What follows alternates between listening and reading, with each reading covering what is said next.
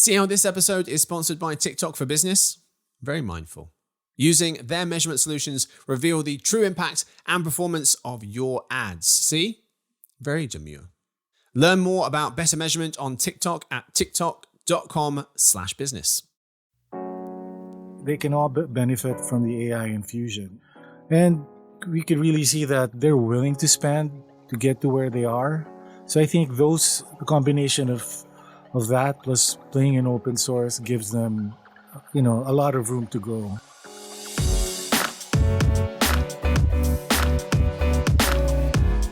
Hey gang, it's Tuesday, October 15th. Gajo, Jacob and listeners, welcome to the Behind the Numbers Daily, an eMarketer podcast made possible by TikTok. I'm Marcus. Today I'm joined by two gentlemen. We start with our technology analyst. He is based in California. We call him Jacob Bourne. Thanks for having me, Marcus. Hey fella, thanks for coming back on. We're also joined by one of our senior analysts who writes for our technology and artificial intelligence briefings based in New York City. It's Gajo Sevilla. Hi, Jacob. Hi, Marcus. Happy to be with you guys. Hello, sir. Hello. All right, gents, fact of the day. What are American trains carrying? So I don't know if you guys feel this way. Anytime you see these like bafflingly long trains cruising by, I always think to myself, what are they hauling? I'm always very curious. So according to the Bureau of Transportation Stats and the American Association of Railroads, 42% of train freight, so most, is oil, coal, and natural gas. Wow. So energy things. 21%, that's in second place, is agriculture products.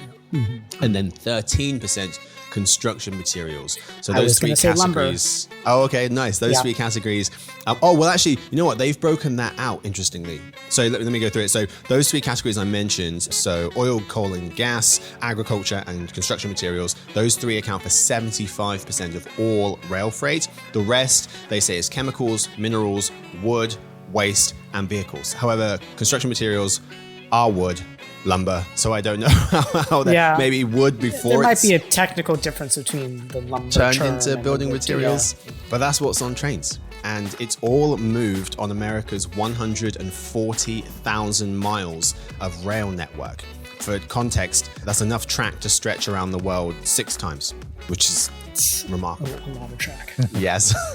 A lot of maintenance too, imagine. That's true. That is very true. Anyway, today's real topic: which AI companies are shaping the future?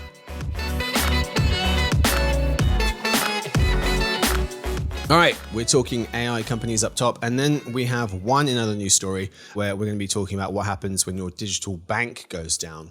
We start with the lead, and gents, let's start here. So ChatGPT will be 2 years old on November 30th. Believe it or not, we've been covering AI a lot more ever since that date, like a lot of other folks.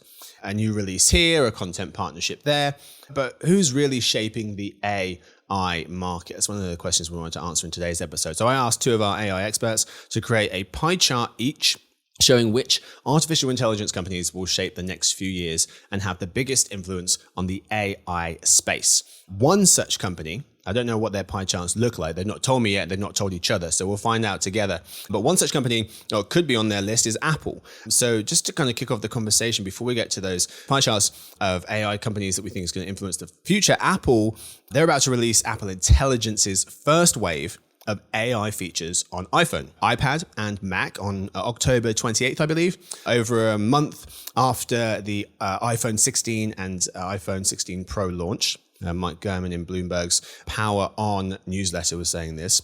John Anthony DeSoto of TechRadar was noting that this first batch of Apple Intelligence features will include writing tools for proofreading and rewriting, smart replies to quickly reply to messages, notification summaries, cleanup in photos, and a redesign of Siri. He then explains that other features like ChatGPT integration, Genmoji, and original image creation tool Image Playground are expected to arrive with iOS 18.2 before the end of the year, with Siri's major Apple Intelligence overhaul due in March 2025. So these features are going to be rolled out in waves. March 2025, that's when Siri will be able to carry out tasks for you across multiple apps and using your information as context. So an example might be that your phone recognizes there's an email from a colleague that wants to move, and that colleague wants to move a meeting time that conflicts with a doctor's appointment, and Siri could recognize what's happening and suggest some alternative times before you even see your colleague's email. So they could say, there's an email come in, it conflicts with something, here are some other times that might work. Do you want me to reply to your colleague?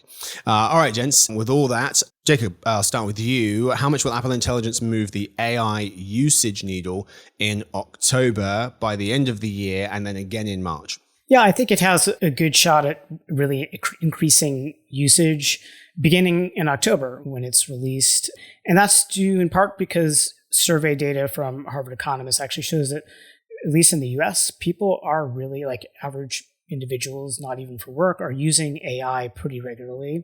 And so having it be integrated into something so commonplace as an iPhone, I think you're going to see increased usage and adoption from that. The iPhone is such a popular tech device. And, I think it would have been probably ideal if it had been time for the iPhone 16's initial release. But that said, it could, some people might still be mulling an upgrade. And I think Apple Intelligence could spur them to make that upgrade. And of course, then they'll likely be using Gen AI after that, even if they weren't before. Do you think that it will move the needle 1 out of 10 in October, 2 out of 10 by the end of the year, and then 7 out of 10 when all the features come out in March? Or what does that rollout look like in terms of impact? I would say maybe 6 out of 10 in October. Really? Okay, interesting. Maybe down to 5 out of 10 by the end of the year. I think still robust because you have holiday shopping. iPhones make good gifts. Yeah, great point. The March update, it depends on, things could change between now and March, and it really depends on what kind of updates they're going to make. I would drop that influence down a bit more for the March update, unless it's something really big. But if it's more iterative, I think it doesn't move the needle quite as much. Yeah. Gajo, would you agree with that analysis of the impact of the rollout over the next 6 months? Yeah, I do agree. I think there's been a dampening for iPhone 16 demand. In fact, I read somewhere that they're shipping, I think, 3 million fewer models just because, the supply chain sees that the demand is not that high. But that said, you have to realize it's not every year that Apple has an update of this magnitude. And it's something that they do not fully control, given that, they're still testing it. And even when it comes out, Apple Intelligence will be a beta feature. So there's a lot of asterisks there. Also, it's not going to be available in a lot of markets. It's not going to be in the EU. It's not going to be in China. True. It's North American English only, I think, once it ships. And it's iPhone 15 Pro and iPhone 16 and Pro, right? So that's a small subset, really, of Apple users right now. Doesn't mean it's not going to change once they can demonstrate that these features, which, they've cleverly integrated them into apps that people already use. So it's more of an option rather than a huge lift in terms of learning something new. It's just going to work proactively. At least that's how they market it. Yeah. And Gato, I agree too that it's a limiting factor that they made it so it's only on the 15 or newer. Yeah. But I think when the more affordable SE, the next SE model comes out, that could also, spur more sales too because it's more affordable. Plus you get Apple Intelligence as well on that. Absolutely. And I think there's also going to be a halo effect, meaning if these features start becoming popular, you're going to see Android makers offer their version of that. Definitely Samsung's not going to fall behind. Yeah. And we actually don't talk about Google's Pixel enough, but they already have a lot of these features. They have Gemini built in, and that's already available. But it's not making that big an impact just because, Pixel market size isn't that big, right, by comparison.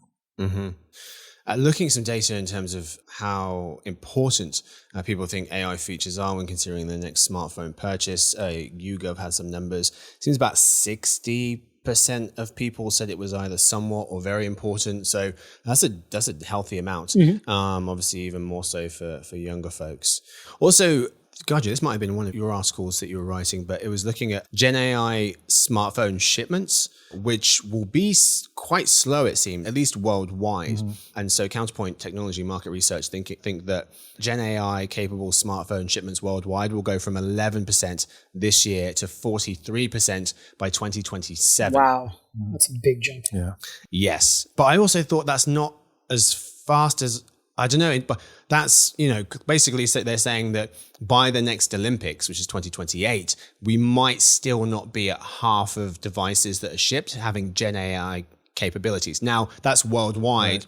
A lot of other markets are behind, 3G markets or maybe now becoming 4G markets. And so not all smartphones are as advanced technologically as the ones we see in more developed markets. But I thought that was maybe a bit slower than I expected. It could reflect to just the outlook that we might continue to see some restrained device sales, like we've seen over the past few years. That might continue. Yeah, a big thing to consider there is, AI is going to be a premium feature on all devices that feature it. So that's going to be likely the upper mid-range to high-end phones. Right? Yeah. But companies like MediaTek are now coming out with their own AI chips. I mean, I think they just announced the most recent one this week. And that, we don't think of MediaTek like we do Qualcomm, which is, more popular in North America. Samsung uses them. But, MediaTek is in all the Chinese-made phones like Oppo, Vivo, Huawei. And, they're starting to provide on-device AI capabilities with, you can do translation, image generation. So I think by mid next year, we should start to see that creep in, at least to the mid-range. Okay. Will that, appear in North American markets? Probably not, because they don't really have partner smartphone companies that sell to these markets. They're mostly focused on emerging, right? So, right. But, when that happens, then I guess the software will start to be able to run on these devices a lot more widely. And I think we can expect an uptick in usage from that. Yeah. So Apple, we've just been talking about, one of the companies who are pushing the AI envelope. Let's talk about some of the other players driving this space by looking to each of you for your AI company pie charts. And then we'll discuss how they differ, if they differ, and why. Jacob, do you want to go first? Do you want to give us a list of which companies you included in your pie chart, the shares of influence that you think they'll have, and a quick take on why? And then we'll get into more of detail after Gajo goes. All right. Yeah, I've got a few on here. So first, OpenAI I have at 22%. As you said, Marcus, it kind of started this whole Gen AI craze, and I think it still continues to be the market leader. Google, I put at 19%. Back in 2017, it invented the Transformer, which kind of paved the way for the development of generative AI. It has still an innovative spark, I think, that needs to be considered. NVIDIA, I also have at 19%.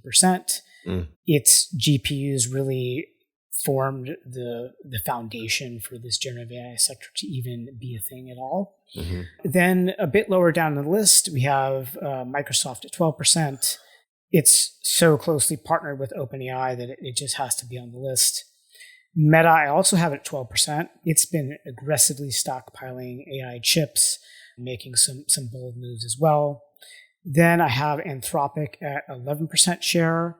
It's, not as well funded as OpenAI, but its cloud model is pretty high performing, and it also has the ethical AI focus, which I think is important.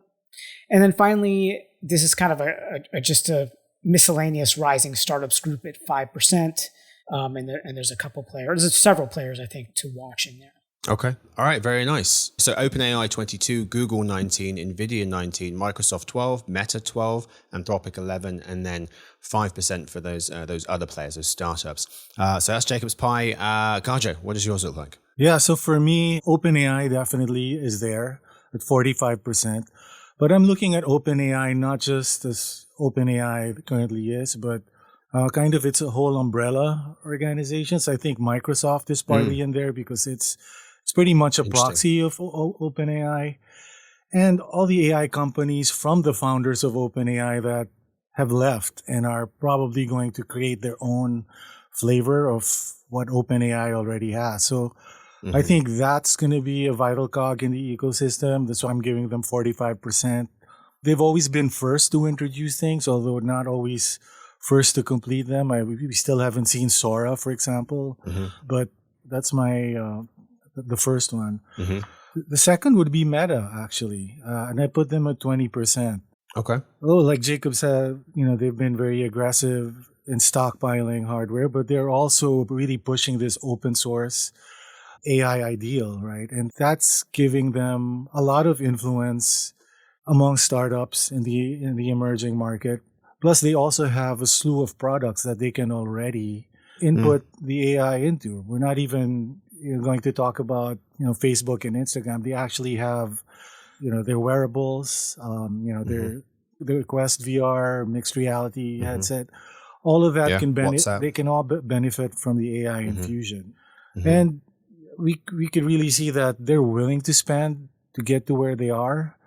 Google would come in third at 15%, and I think it's still going to be an important player, definitely. Although they're a closed system, they're more restrictive, they're super careful, especially after the initial missteps that they have had with their early AI experiments. But I wouldn't discount them. I think, in terms of partnerships and just making it, more affordable for Google users, I think they're a sure bet. I'm high on Anthropic. I put them at 10%. I think, they have what it takes to grow. And the fact that they're taking things slowly, especially now that OpenAI is for profit, Anthropic kind of stands out as kind of the more, I would say, the more studied, the more regulated player in terms of startups. A surprising one here, I have XAI at 5%. And the reason for that is... Dark horse. Well, they have invested in a lot of hardware. We know the person running it is going to continue to spend, that money, whether it's a revenge plan against OpenAI or for his own former founder, for his own benefits. Yep. I think that's still going to be a factor, especially since a lot of the technologies for Tesla, for SpaceX, robo-taxis, they're going to require some AI infrastructure, right? So investing in that, I think, will make them a serious player, but maybe for their own, for their own market, maybe not to develop AI for wider usage. Yeah. And finally, last but not the least is NVIDIA, 5%. And I'm saying this not just because of the hardware, but because they are developing their own models now. And so that's kind of their way to kind of circle back and become a more dominant player because, they're packaging it so customers will get the NVIDIA model along with the hardware.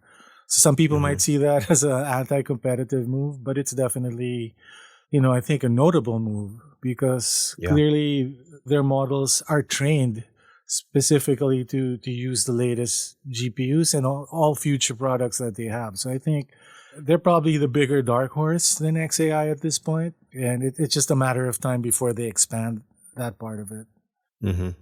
All right. So to go through Gaja's list one more time, we've got OpenAI at 45%, including Microsoft and a few other folks. Meta at 20, Google at 15, Anthropic at 10, XAI at 5, and NVIDIA with 5 as well.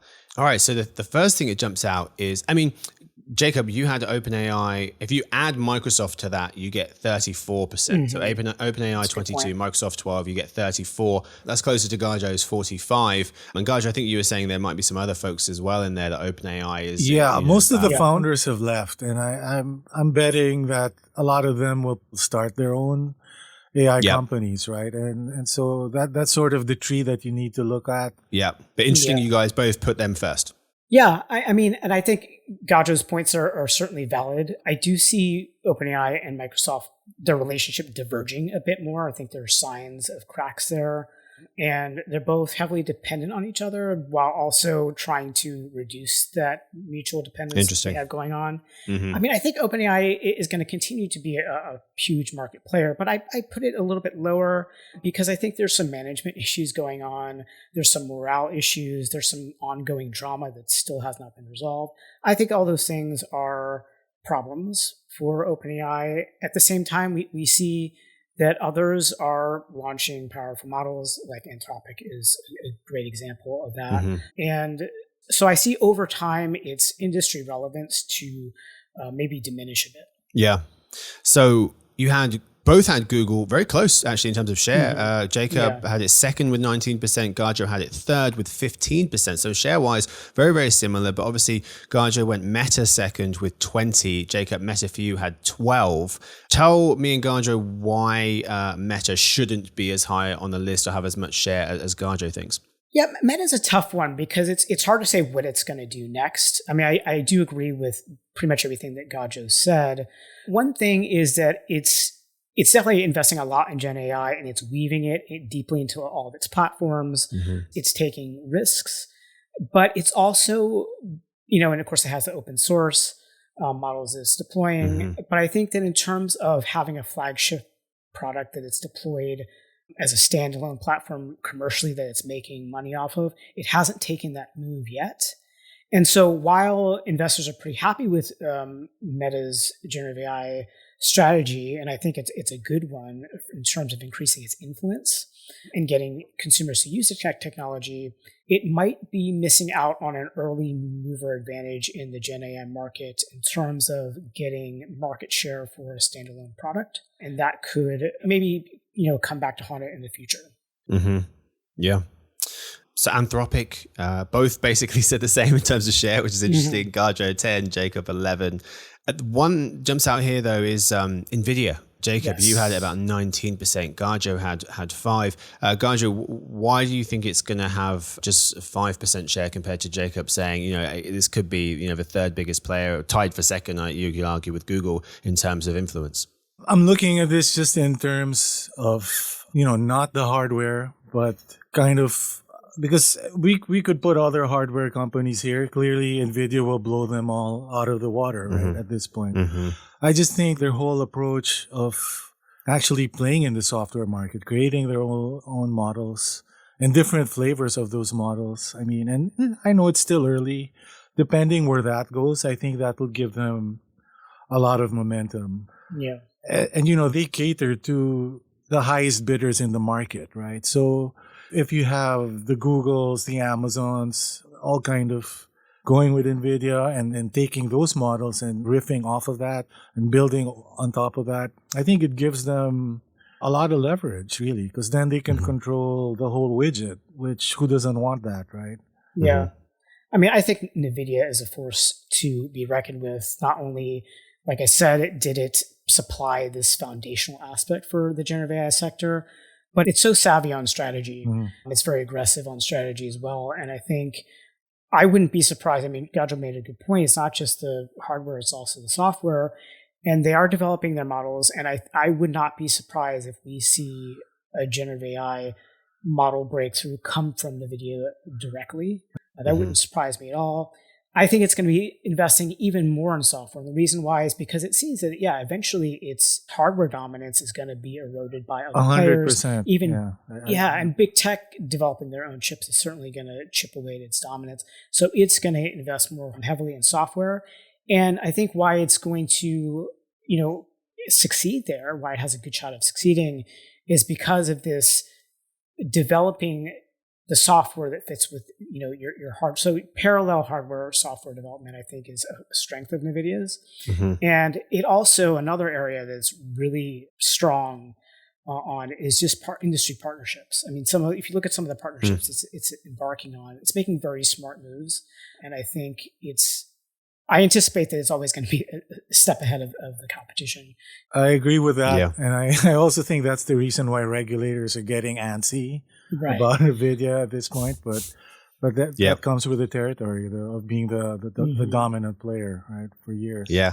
Fantastic, gents. Well, thank you so much for putting these together. It seems like OpenAI is going to be a force to be reckoned with, as well as Microsoft alongside them for now, maybe moving further apart as we get into the future. And then you've got some very familiar players at the top: Google, Meta, different shares in terms of influence, but still very significant players. And then you're going to have NVIDIA as well, and Anthropic. So yeah, very similar companies, but relatively different shares for some of them. That's what we've got time for our lead. Let's move quickly to the fourth quarter.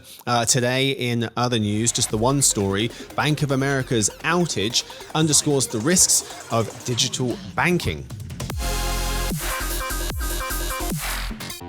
So story one, as I mentioned, Bank of America's outage underscoring the risks of digital banking. Gajo, this was the title of a piece that you just wrote explaining how a massive outage at Bank of America left thousands of customers unable to see their account balances, whilst others saw $0 balances in their web and mobile banking apps. And you point out, whilst the bank said that the issue was resolved, it didn't explain what caused the outage or what steps it plans to take to prevent future incidents. So my question is, what's your take on this story, Bank of America's outage, and what that's going to mean for the kind of future of digital banking? So first of all, it's a wake-up call. Like, this is the second largest bank. You know, they've been heavily pushing people away from brick and mortar retail into their apps, into their voice assistant. But as we see here, you know, it's like operating without a safety net, because once those things don't work, nothing works. And I think the fact that we don't know what happened, you know, for as long as that continues, that's going to be a huge issue, right?